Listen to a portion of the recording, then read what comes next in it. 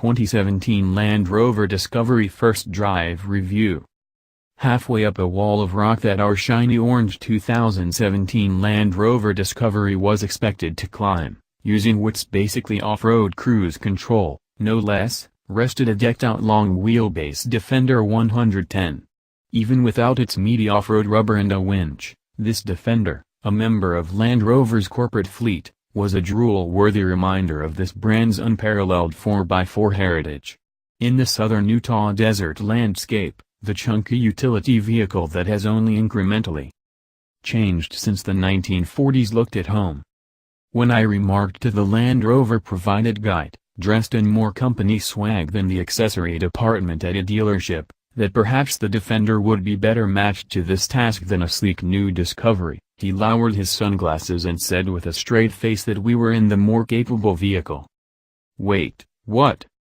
This latest Disco replaces the boxy LR4 and represents a return to the Discovery nameplate for the American market, but its anonymous crossover looks don't suggest at first glance that it will carry on the model's off-road legacy. As it turns out, appearances are deceiving. With a high-tech traction control system cribbed from the Range Rover line, locking center and rear differentials, and height-adjustable air suspension, it remains a formidable off-roader.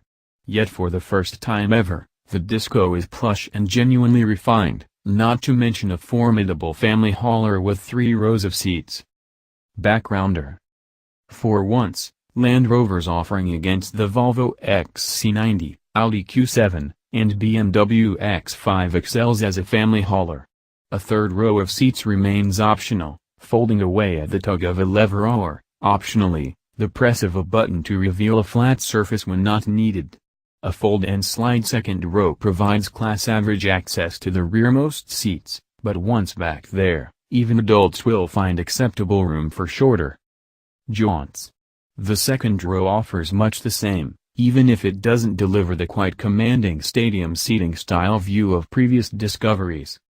Up front is where the action remains, of course, and drivers are afforded a fantastic view outwards and materials fitting with the SUV's $50,000 to $70,000 price range.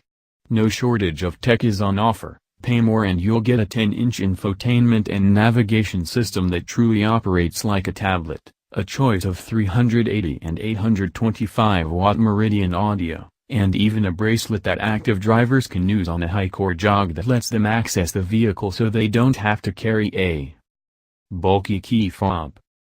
SE models sit at the bottom of the lineup at $50,985, including $995 worth of destination. They're hardly basic, but the lineup climbs from there before topping out around $75,000 for the limited run first edition.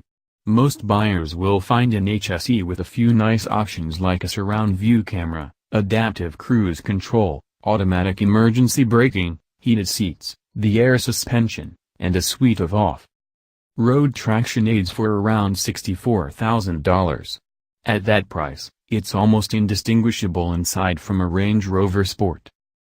All models are 4-wheel drive, although Land Rover does make buyers of the base SE and mid-level HSE pay extra for a low-range transfer case and the brand's terrific terrain response 2 traction control system. A choice of 3.0-liter, 340 horsepower supercharged gas V6 and 3.0-liter, 354 pound-feet of torque turbodiesel V6 engines are on offer, both mated to ZF's nearly always terrific 8-speed automatic gearbox. Underneath, the Disco makes use of the current Range Rover line's unibody, largely aluminum architecture and fully independent coil or optional air suspension. With most models checking in around 4,900 pounds, it's hundreds lighter than before. That pays dividends both in fuel economy, 16 miles per gallon city, 21 highway, 18 combined, gas, and 21/26 23/3 of a mile per gallon, diesel and in driving dynamics. Though hardly a sports car, the Disco holds its own on pavement. It's a far cry from its squared-off solid axle predecessors from decades, as you might imagine.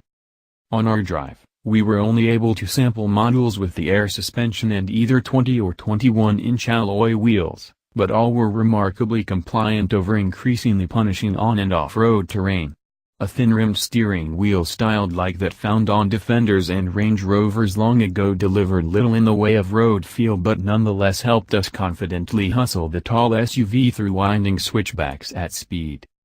Both engines provide ample grunt, with the gas V6 feeling sprightlier from all speeds but not delivering the instant, off-the-line torque of the turbodiesel. Oddly, the gas motor's rumble was more pronounced inside the Disco. Though it'll take a while to earn back the $2,000 upcharge for the turbodiesel, its smooth nature and mountain of torque make it our choice.